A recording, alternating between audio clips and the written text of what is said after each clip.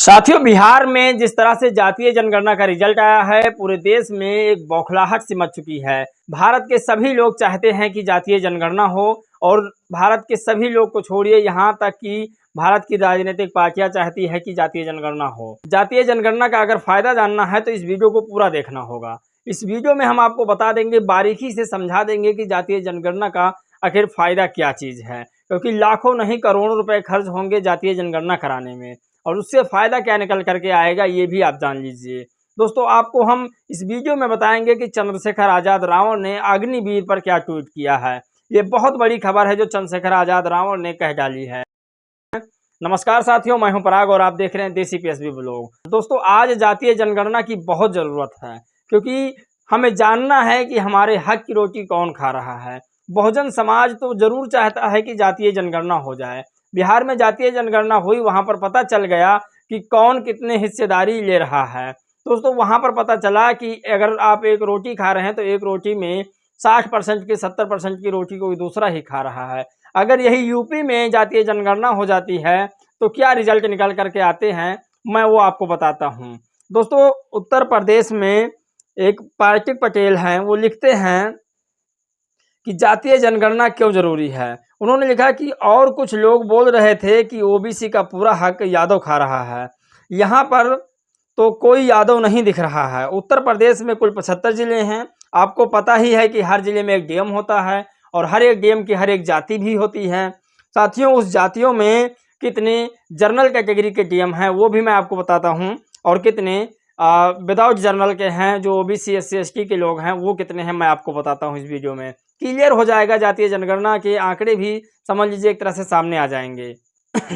उत्तर प्रदेश में कुल 75 जिले हैं, जिनमें मात्र 55 जनरल कैटेगरी के लोग हैं, और उसमें कितने ओबीसी एससी एसटी के लोग हैं वो भी मैं आपको बताऊंगा। लेकिन जनरल में कितने जाति के लोग हैं मैं वो आपको बताता हूं, जिसमें 22 ठाकुर डीएम हैं। 55 में 22 ठाकुर डीएम हैं और 20 ब्राह्मण डीएम हैं, 2 भूमिहार डीएम हैं और 22 डीएम हैं। अब आपको बताते हैं कितने ओबीसी के डीएम हैं। दोस्तों, ओबीसी के 10 डीएम हैं और एससी एसटी के 10 डीएम हैं, जिसमें ओबीसी के 6 कुर्मी डीएम हैं, एक जाट है, एक गुज्जर, एक बंजारा और एक लोधी समाज का डीएम है। दोस्तों, मैं जातीय बात इसलिए कह रहा हूं कि भारत में जातीय जनगणना का ट्रेंड हो रहा है और इस ट्वीट को पार्थिव पटेल ने ट्वीट किया है। मैं आप लोगों को पढ़ के सुना रहा हूं। आपको तो पता ही होगा कि जिस तरह से बिहार में सबसे ज़्यादा जनसंख्या यादवों की निकली है, उस तरह से उत्तर प्रदेश में भी होगी। मौर्य भी बड़ी संख्या में यूपी में हैं, मगर इन जातियों का कोई डीएम नहीं है। एक बड़ी संख्या में डीएम सवर्णों की है। ये सामाजिक न्याय, ये आंकड़े विनीत यादव ने इकट्ठे किए हैं, ये प्रतीक पटेल ने कहा है।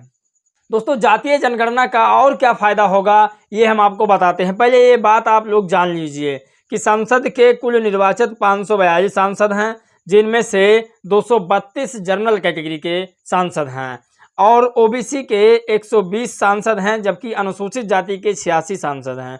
अनुसूचित जनजाति के 52 सांसद हैं। एक बार लोकसभा में यह डाटा सतहिंदी.com के एक आर्टिकल में मिल जाएगा। 2019 के इस डेटा ने एक बात तो साफ कर दी है, जनता पार्टी की सरकार बनने के बाद ओबीसी राजनीति की शुरुआत अच्छे तरीके से हो ही गई थी, लेकिन जब मंडल कमीशन आया तो ओबीसी को पॉलिटिकल पावर का एहसास हुआ और ओबीसी सांसदों की संख्या अचानक बढ़ने लगी। लेकिन दोबारा यह सांसदों का डाटा डरने वाला है।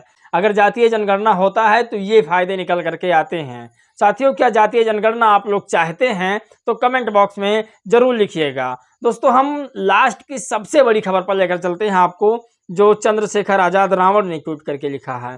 ये बहुत बड़ी खबर है और इस खबर को अगर आप लोग सुनते हैं तो आपके रोंगटे खड़े हो जाएंगे। खबर ये है कि कश्मीर में तैनात पंजाब के रहने वाले अमृतपाल सिंह अग्निवीर के तौर पर सेना में भर्ती हुए 10 अक्टूबर को गोली लगने से वो शहीद हो गए। दोस्तों, आर्मी में जो जाता है वो लगभग शहीद होते हैं लोग, लेकिन शहीद होने के बाद जो सम्मान मिलता है उनको, वो भी एक सम्मान वाली बात है। लेकिन इन अग्निवीर लोगों को सम्मान मिला कि नहीं, ये हम आपको बताते हैं, जो चंद्रशेखर रावण ने लिखा है। सबसे दुखद यह है कि देश के लिए शहीद होने वाले वीर अमृतपाल जी को सौन सम्मान के साथ अंतिम विदाई भी नहीं मिल पाई। उनका पार्थिव शरीर एक आर्मी हवलदार और एक जवान लेकर आया। इसके अलावा आर्मी यूनिट ना कोई अफसर आया। हद तो यह है कि उनके पार्थिव शरीर को आर्मी वाहन के बजाय एक प्राइवेट एम्बुलेंस में लेकर आया गया। ये सबसे दुखद बात है। देश के लिए अपने सर्वोच्च बलिदान देने वाले वीर शहीदों का अपमान देश का अपमान है। शहीदों का अपमान किसी भी कीमत पर बर्दाश्त नहीं किया जा सकता। केंद्र में बैठी अहंकारी संवेदनशील मोदी सरकार को इसका जवाब देना होगा। ये ट्वीट करते हैं चंद्रशेखर आज़ाद रावण। दोस्तों, किसी की हिम्मत नहीं होती है ऐसे ट्वीट लिखने की, लेकिन सच्चाई यही है। अगर आप ट्वीट करते हैं तो ऐसे ही ट्विटर बनिए। दोस्तों, चंद्रशेखर आज़ाद रावण एक ऐसा नेता है जो खुले में बात करता है, लपेट कर बात नहीं करता है। साथियों, हम आपको बताएं कि जातीय जनगणना का फायदा क्या है, चंद्रशेखर आज़ाद ने क्या ट्वीट किया, इसके बारे में ही आपको समझा दिए। अब आपको फैसला करना है कि जातीय जनगणना होनी चाहिए कि नहीं होनी चाहिए। साथियों, इस वीडियो में बस इतना ही। मिलेंगे एक और नई वीडियो में एक नए सुविचार के साथ। तब तक के लिए जय भीम, नमो बुद्धाय।